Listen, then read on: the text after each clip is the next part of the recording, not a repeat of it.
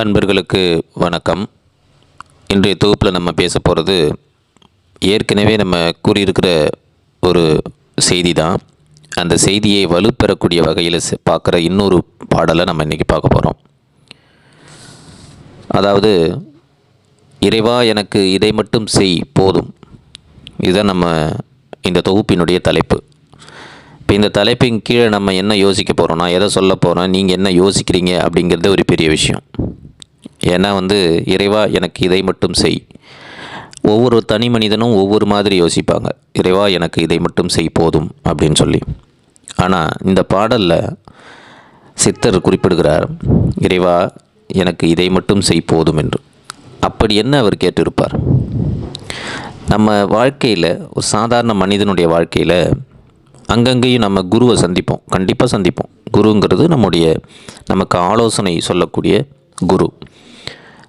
நமக்கு ஏதேனும் ஒரு குழப்பத்தில் இருக்கும்போது திடீர்னு ஒரு செய்தி, திடீர்னு யாரோ சொல்கிற ஒரு விஷயம், யாரோ சொல்கிற ஒரு ஆலோசனை நம்முடைய வாழ்க்கையில் நிம்மதியையும், நம்ம வாழ்க்கையில் வெற்றியையும், நம்ம வாழ்க்கையில் இருக்கக்கூடிய துன்பங்களையும் நீக்கக்கூடிய வகையில் இருக்கும்.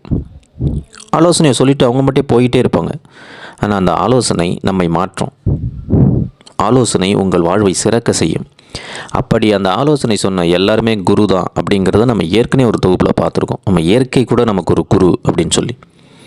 அப்படிப்பட்ட ஒரு குரு எனக்கு ஆதி மூலமான அனைத்தும் இவர்தான் இந்த உலகத்தில் என்று அறிய வைத்த அப்படிப்பட்ட அந்த குரு, இந்த உலகத்தில் சிவன்தான் அனைத்தும், இறைவன்தான் அனைத்தும், உலகத்தில் உள்ள அனைத்து உயிரினங்களும் இறைவனினுடைய வடிவங்களாகவே இருக்கின்றன என்று உணர வைத்த அந்த குருவை நான் தாழ்ந்து பணிந்து எப்பொழுதும் இருக்க உன்னிடம் வேண்டுகிறேன்.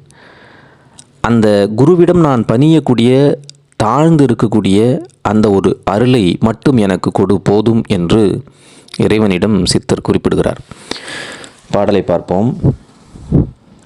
அங்கையிற் கண்ணாடி போல ஆதி வஸ்துவை அறிவிக்கும் எங்கள் உயிரான குருவை சங்கையற சந்ததமும் தாழ்ந்து பணிந்தே தமனிய படமெடுத்து ஆடாய் பாம்பே.